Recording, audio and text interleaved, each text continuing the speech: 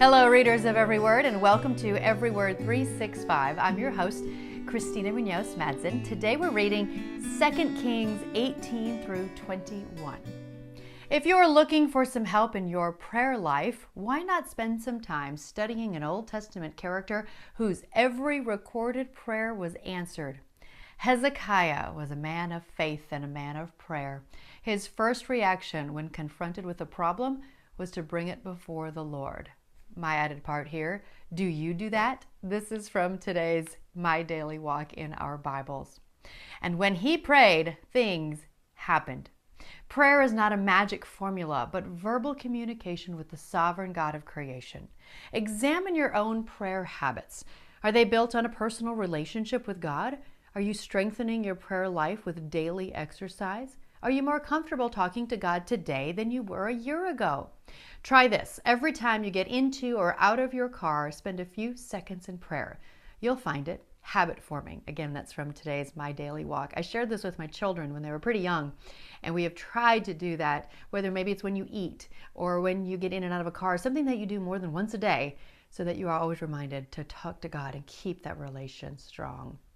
It's such great advice. I've heard it said that it takes 3 weeks to form a habit, meaning you have to remind yourself to do something every day, and in 3 weeks' time, your mind will just do it out of habit. So let's all commit to reminding ourselves to pray every time we get in or out of our vehicles. Maybe we turn the radio off while we're in the vehicle and do some praying then. It doesn't have to be a long prayer, just talk to God. If we do, by the first week in May, a lot of us should have much better prayer habits than we do today. So just a friendly little challenge to put out there if you want to participate. On to Hezekiah.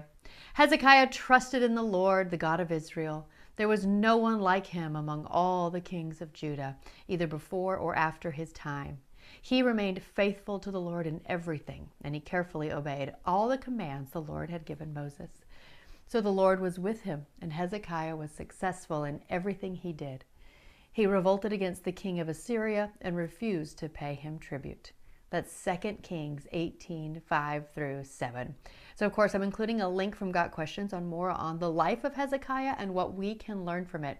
And this next part is from that link. Hezekiah's life is, for the most part, a model of faithfulness and trust in the Lord. His faith was more than superficial, as his bold reforms show.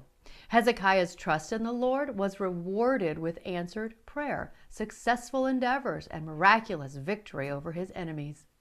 When faced with an impossible situation, surrounded by the dreadful and determined Assyrian army, Hezekiah did exactly the right thing. He prayed, and God answered. Definitely some good lessons for all of us from Hezekiah. Another great book to just read and really learn about him, his trust in the Lord. And if you're going to emulate someone, might be a great person to try to be like when it comes to you have a problem, you go to the Lord, you pray, and you trust. So how are you doing? How are all these readings about all these kings going for you? Some people really enjoy it, like kind of the drama. Some people think it's boring and dry. Always wanting to know what you think and what you're learning and what God is speaking to you through these readings. And tomorrow we finish up 2 Kings, whether you like it or not. That could be good or bad news for you. You are doing great. Hang in there either way, and happy reading.